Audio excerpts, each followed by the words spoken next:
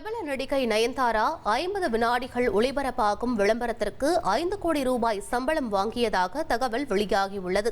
நடிகை நயன்தாரா சினிமாவில் நடிக்க ஒரு படத்திற்கு 10 முதல் 15 கோடி வரை சம்பளம் வாங்குவதாக கூறப்படுகிறது.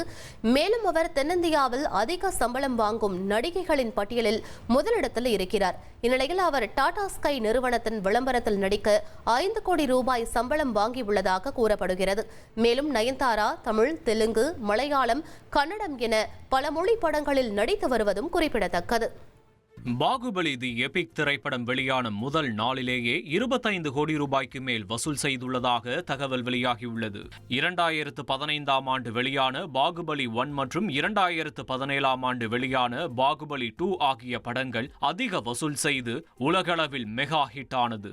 சமீபத்தில் பாகுபலி 1 மற்றும் பாகுபலி 2 ஆகிய படங்களை இணைத்து பாகுபலி தி எபிக் என்ற பெயரில் ரீ-ரிலீஸ் செய்யப்பட்டது. இந்நிலையில் இப்படம் ரீ-ரிலீஸ் செய்யப்பட்ட படங்களிலேயே முதல் நாளில் அதிக வசூல் செய்த படம் என்கின்ற சாதனையை படைத்துள்ளது. மத்திய பிரதேச தலைநகர் போபாலில் அபியுதா மத்திய பிரதேசத்தின் 70வது ஆண்டு நிறுவன விழாவை ஒட்டி ட்ரோன் நிகழ்ச்சி பிரம்மாண்டமாக நடைபெற்றது. இதில் பிரதமர் மோடி, மத்திய பிரதேச முதலமைச்சர் மோகன் யாதவ் உள்ளிட்ட தலைவர்களின் படங்கள் ட்ரோன் காட்சிகளின் மூலம் நிகழ்த்தப்பட்டது.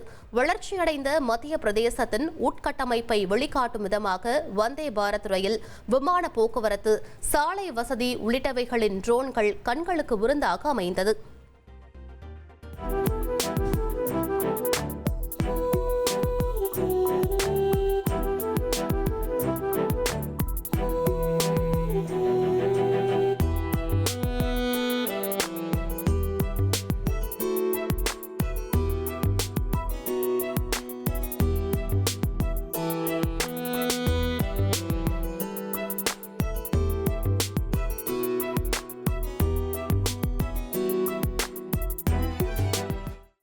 உங்கள் தந்திவன் தொலைக்காட்சியில் கணபதியே வருவாய் தினமும் காலை 7 மணிக்கு காணத் தவறாதீர்கள்.